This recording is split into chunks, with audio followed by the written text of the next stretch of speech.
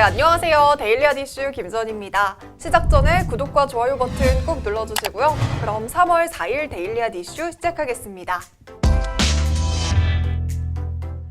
네, 먼저 오늘의 테마 스케줄입니다. 첫 번째 스케줄은 중국의 양회입니다. 중국의 최대 정치 행사인 양회가 오늘과 내일 이틀 동안 열릴 예정입니다. 올해 양회는 코로나19 사태 속에서도 지난해 세계 주요국 중 유일하게 플러스 경제 성장을 한 자신감을 바탕으로 포스트 코로나 속 중국의 경제와 사회 발전 정책에 대해서 이야기할 예정입니다. 특히 이번 양회는 올해 조 바이든 미국 행정부 출범 후 미중 갈등이 지속되고 캐나다 등 서방 국가들이 홍콩과 신장의 인권 문제로 내년 베이징 동계올림픽 보이콧까지 거론하는 가운데 열렸기 때문에 이 시진핑 국가주석의 권력 공부와 여부에 대해서 많은 관심이 쏠리고 있습니다. 네, 두 번째 스케줄은 정부가 국회에 추경안을 제출할 예정입니다. 정부는 오늘 4차 재난지원금을 포함한 1차 추가 경정 예산안을 국회에 제출합니다. 이번 추경안에는 방역 장기화에 따른 소상공인 그리고 자영업자 등 피해계층 집중 지원과 고용 충격에 대응한 일자리 대책, 백신 확보와 접종 등 이 방역 추가 예산 등 3개의 영역 사업비가 포함될 것으로 알려졌습니다. 네, 세 번째 특징주는 네오 이뮨텍의 공모 청약입니다.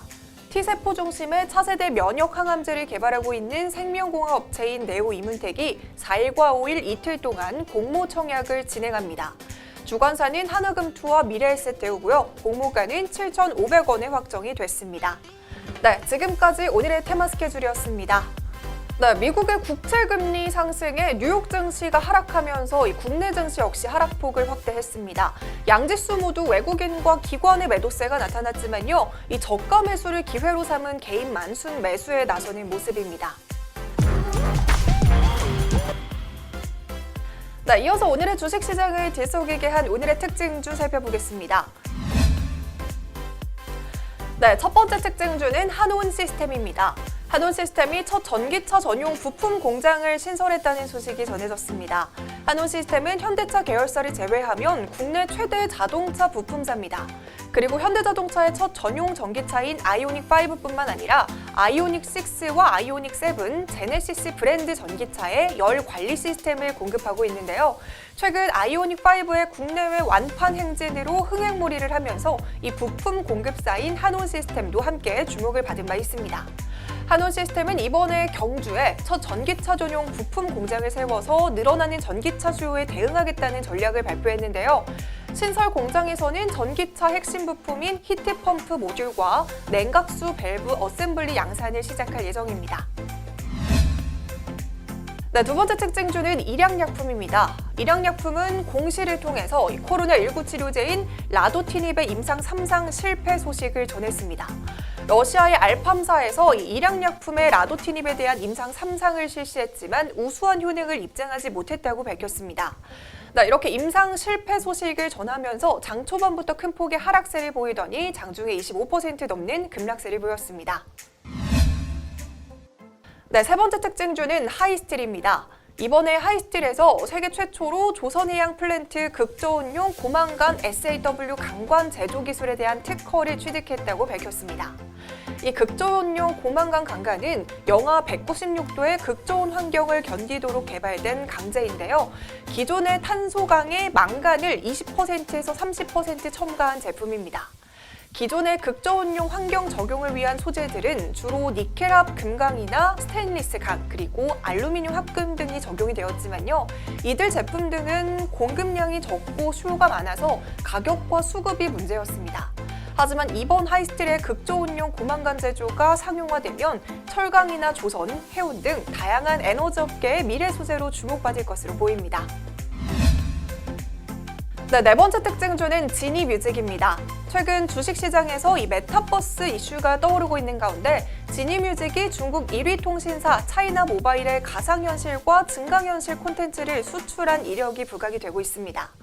지니뮤직은 지난해 모회사인 KT가 중국의 1위 통신사 차이나모바일의 자회사와 5G 콘텐츠 판매 계약을 체결하고 5G 기반의 K-팝 생중계 서비스를 중국과 홍콩 등에 수출을 했습니다. 더불어서 지난해 5월에는 중국 텐센트 뮤직의 엔터테인먼트 그룹과 K-팝 음원 공급 계약도 맺으면서 50여 개의 해외 플랫폼의 음원을 제공하기도 한 바 있습니다. 이렇게 지니뮤직의 VR과 AR 등의 메타버스 콘텐츠가 중국으로 진출한 판로도 열린 상태인데요. 최근 지니뮤직의 실적도 함께 오르고 있는 만큼 이 메타버스와 VR 사업의 모든 역량을 집중할 방침입니다. 이렇게 메타버스 관련주로 주목을 받으면서 지니뮤직은 오늘 장중에 상한가를 터치하기도 했습니다. 그럼 본격적으로 오늘의 핫이슈 알아보겠습니다. 오늘의 핫이슈는 포스코의 선견지병 3,000억이 35조 원으로 이 리튬 호수 잭팟이 목표 주가에 반영될까입니다. 포스코에서 2018년에 인수했던 아르헨티나의 리튬 호수의 가치가 재평가되면서 이 그룹주를 비롯해서 관련주들의 주가도 덩달아 급등했습니다. 포스코의 리튬 호수 이야기를 하기 전에 이 리튬 가격에 대한 전반적인 얘기를 먼저 시작해야 될 것 같아요. 최근 곡물과 구리, 반도체 등의 가격이 급등하고 있는 가운데 이 리튬 역시 가격이 큰 폭으로 올랐습니다. 지난해 7월 톤당 5,000달러 수준이던 중국 탄산 리튬 현물 가격이 지난달에는 톤당 1만 1,000달러를 기록하면서 2배 이상 오른 상태죠. 이런 시세를 반영했을 때 포스코가 3,100억 원에 인수했던 아르헨티나의 여무에 매장되어 있는 리튬 누적 매출액은 35조 원에 달할 것으로 전망되고 있습니다. 포스코 측에서는 지난해 말에 여무의 리튬 매장량이 인수 당시에 수산한 220만 톤보다 6배 늘어난 1,350만 톤임을 확인했다고 밝혔는데요. 이 규모는요, 전기차 약 3억 7천만 대를 생산할 수 있는 수준입니다. 리튬은 전기차 배터리의 필수 소재로 전 세계적으로 전기차 시장이 성장하고 있는 만큼 지속적인 가격 상승도 함께 예상이 되고 있습니다. 포스코는 리튬 이외에도 2차 전지를 구성하는 양극재 핵심 원료인 니켈에 대한 투자도 적극적으로 추진하고 있는데요. 니켈은 리튬과 함께 배터리의 성능과 직결되는 소재인 만큼 둘의 시너지를 기대할 수 있는 부분입니다. 더불어서 폐배터리를 활용한 리사이클링 산업과 호주 등의 니켈 관선 투자를 통해서 배터리용 니켈 공급을 자체적으로 확보한다는 계획을 밝혔습니다.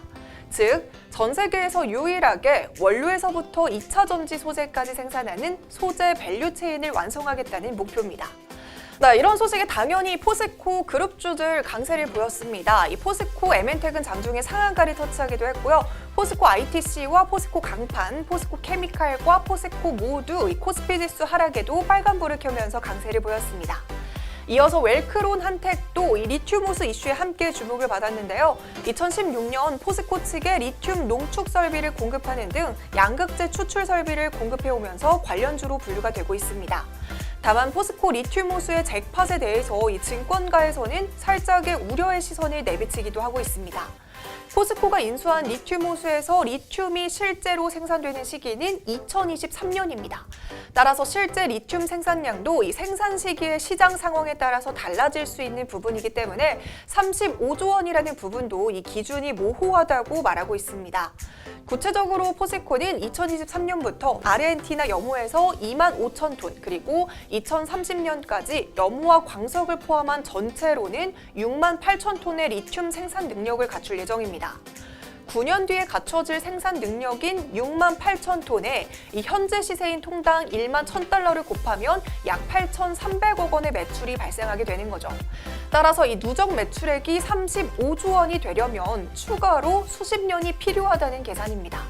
따라서 이번 리튬 호수가 성공적인 투자는 맞지만 이 35조 원을 목표 주가에 그대로 반영하기보다는 전체적인 사업의 방향성과 계열사와의 시너지 효과 등을 고려해 볼 필요가 있어 보입니다. 오늘 제가 준비한 소식은 여기까지입니다. 이 영상들 아직 안 보셨다면 함께 시청해 주시고요. 오늘도 시청해 주신 모든 분들 고맙습니다.